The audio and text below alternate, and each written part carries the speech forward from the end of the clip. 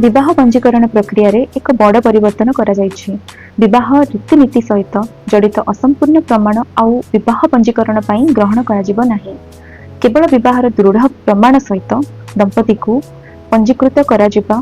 वर्तमान नूतन पंजीकरण प्रक्रिया अनुसार दुई जन को विवाह करा जायथिबा पंडित, पाद्री एवं मौलवी इत्यादि साक्ष्य मध्य बाध्यतामूलक हेबा सह एक परिवर्तन मध्य करा जायछि जे वर्तमान विवाह पंजीकरण विवाह स्थान आधार रे नुहे बरं सेही स्थानर तहसील रो सब रजिस्ट्रार कार्यालय रे करा जेबा, जोठारे बर एवं बर किंबा सेमानकर माता पिता हुहंती। विवाह पंजीकरण समय परिवार रो जणे सदस्य को मध्य सेठारे उपस्थित रहबाकू पड़िबो।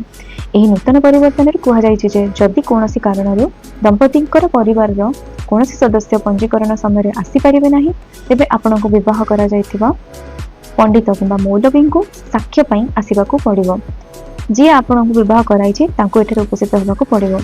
एहा सहित पंजीकरण समय विवाहर एक ऑडियो किंबा वीडियो मध्ये देखियाकू पड़िबो। एही विवाह वीडियो रो एक पेन ड्राइव पंजीकरण कार्यालय रो दाखल करियाकू पड़िबो।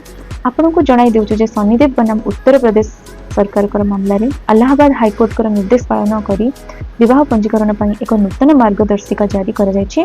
आपनको कहि रखुछु जे उत्तर प्रदेश रो विवाह पंजीकरण प्रक्रिया अनेक पर्याय रे समाप्त हुए। एही प्रक्रिया हिंदू विवाह आईन 1955 किंबा स्वतंत्र विवाह आईन 1954 अधीन रे करा जाय। विवाह पंजीकरण ऑनलाइन एवं ऑफलाइन उभय भाव रे करा जाय।